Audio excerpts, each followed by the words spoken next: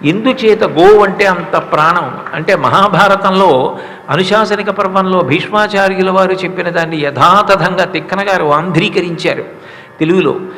పరమ పవిత్రముల్ యజనభాజనముల్ తము విన్న చూచినందురిత చెయ్యంబులెల్ల తొలగంత్రోయగచాలు ప్రధానకర్త కుత్తరగతి లాభవైభవము తంగిటు జున్నుగ చేయు గోవులు ఎవ్వరతొగ వానికొల్తుర నివారణ చొత్తురు వారునాకమున్నంటాడు.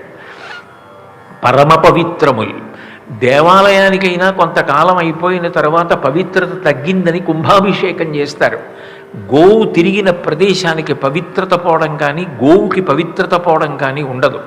84 లక్షల జీవరాశులలో మలమూత్రముల సుగంధ భరితములై అంత పవిత్రమైనటువంటిది గోవు ఒక్కటే. దాని మలమూత్రములు అంత గొప్పవి.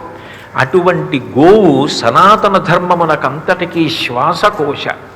అందుకే సాధు గోమాత భరతభూ శ్వాసకోశ అని వర్ణించారు. ఊపిరితిత్తులు మనిషికి ఎంత ప్రధానమో సనాతన ధర్మానికి గోవు అంత ప్రధానం.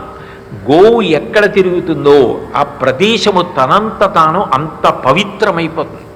పరమ పవిత్రముల్ యజనభాజనముల్ సనాతన ధర్మానికి ప్రాణప్రదమైనటువంటి సిద్ధాంతములు 2. ఒకటి పునర్జన్మ, 2 అగ్ని ఆరాధన. అగ్ని ద్వారా మనం హవిస్సు ఇస్తే దాన్ని దేవతలు స్వీకరించి సంతోషించి వర్షం కురిపిస్తారు. వర్షం కురిపిస్తే భూమి మీద పాడి పంట వస్తాయి. అందుకే